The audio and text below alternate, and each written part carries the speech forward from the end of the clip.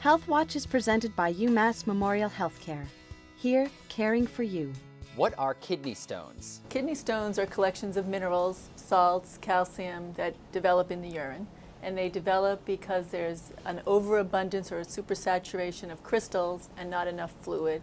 So the stones get stuck up in the kidney and they can't get out, and they act like a little magnet. And as you get more and more crystals forming in the urine, the stones can get bigger and bigger.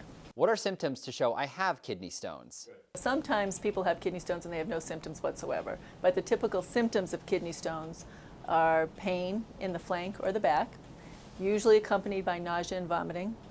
The pain, instead of patients who have appendix in their pain, they don't want to move, they're very sedentary.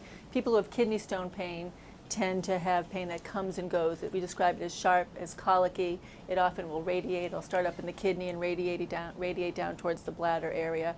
It'll come and go. They won't be able to find a comfortable position. So if it's mild and you're not having a lot of vomiting, if you don't have a high fever, you can just try pushing fluids. Water is the best. And a pain medicine like Advil, ibuprofen, something like that. If the pain is more severe, say you have a fever, you're vomiting, you just can't get comfortable, the best thing would be to go to the emergency room. How are kidney stones diagnosed? First of all, if you show up in the emergency room, they are really good at recognizing patients who have kidney stones, and they will get you in immediately, and they will start IV fluids on you. Often they will give you intravenous pain medicine. They'll give you something for the nausea. The first test that's usually done is just a physical exam and a history. On the physical exam, the doctor will bang on your back, and just a little bang shouldn't hurt you, but if the patient goes flying through the roof, that's a good sign that they have a stone or they're passing a stone. Next step would be a urine test to see if there's blood in the urine. May or may not have blood in the urine, but patients could also have a kidney infection or a bladder infection that may present similarly, so you want to make sure there's not an infection there. They may do blood tests, CBC, which looks at the white blood count, which would be a sign of an infection, a BMP or a blood chemistry looking at the kidney function. Because if your kidneys are blocked and they're not draining properly, your BUN and creatinine and the kidney function test will be abnormal, and that would be a sign of something more emergent. To know for sure if you have a kidney stone, some type of an X-ray is usually done. In the emergency room, they can do an ultrasound immediately. An ultrasound is good because it doesn't expose you to any radiation. It can tell you if the kidney is swollen, but it can't necessarily tell you exactly where the stone is. The most conclusive test would be a CAT scan. That will show you where the stone is, it will show you how big the stone is, it will show you if the stone is actually blocking the kidney. If somebody has a known history of kidney stones, a plain X-ray called a KUB, where they just do a flat plate, can tell you where the stone is. Some stones show up on a KUB, some do not. CAT scan is the most sensitive test. If you show up in your doctor's office out of the emergency room, they'll do similar testing and then try and book you for some kind of an X-ray. But if somebody's really having a lot of severe pain, the best thing is just get to the emergency room. What is the treatment? Medical expulsive therapy. That's where you put the patients on medication and fluids, let them try and pass it on their own. Extracorporeal shockwave lithotripsy as well. That's the least invasive, going from outside of the body, breaking it up with sound waves. Ureteroscopy with holmium laser. That's invasive, going in through the bladder, going up to the stone with a scope, breaking it up with a laser. Or percutaneous nephrostal lithotomy, that's going from outside the body but making a hole through your back into the kidney and taking out the stone that way. And then the most invasive is the anatrophic nephrolithotomy. You hear kidney stones are caused by medication, drinking too much, milk, and are hereditary. Are these true? Part of it depends on what kind of kidney stone you have. There are calcium kidney stones, there are uric acid kidney stones, there are struvate kidney stones. There's a lot of different types.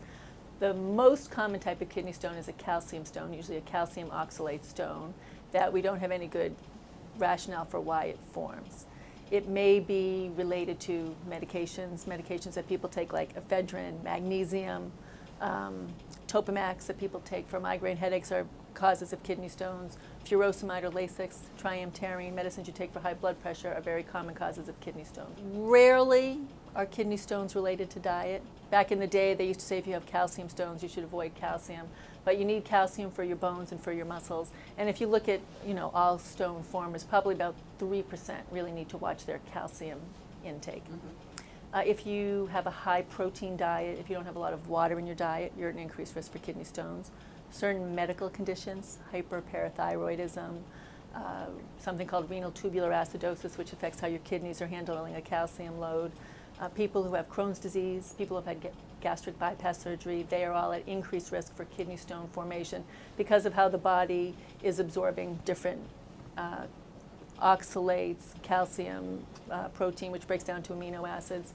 There are some kidney stones that are hereditary, like cystine stones, and that's from people who have what's called COLA, and it's the amino acids don't break down properly, so they have too much cysteine or ornithine or lysine or arginine. And those stones tend to be hard, and those are the patients who are going to present very young in life if they have cystine stones. We also tend to see a lot of kidney stones in pregnancy. Sort of everything kind of slows down when you're pregnant, and the urine kind of sits there and gets sludged, and that can increase your risk of kidney stones. For someone who's been treated for kidney stones in the past, what can they do to avoid future risk? The first thing is to find out what kind of stone it is. And if this patient can catch the stone, we'll send it off to the lab for analysis. And that can help guide you for treatment. I always try and manage first-time stone formers with diet, if I can, usually 2 to 3 liters of water a day. Low-fat, low-salt diet, which is just a heart-healthy diet. Normal calcium intake. If you have a calcium-based kidney stone, citrate can help decrease stone formation. Citrate is in lemon juice or lime juice, so that's really easy. So I always try and do easy dietary recommendations. If somebody has uric acid stones, those tend to be from a high protein diet, so you may want to really limit how much red meat they're eating. If they have gout, that will increase the risk of uric acid stones, so maybe they just need to be managed medically. So first-time stone formers, see what kind of stone they have, try and manage it with diet. If they're forming a lot of stones, or if for whatever reason they couldn't catch the stone, we can do a metabolic stone workup, and what that entails is collecting the urine for 24 hours, sending the urine and blood off to the lab, and looking for calcium levels, oxalate levels, sodium levels, checking parathyroid hormone, calcium levels, vitamin D levels. And by looking at the metabolic stone workup, you can figure out what kind of stone you're at a risk for, and again, try dietary interventions. For uric acid stones, you can often dissolve them in basic urine.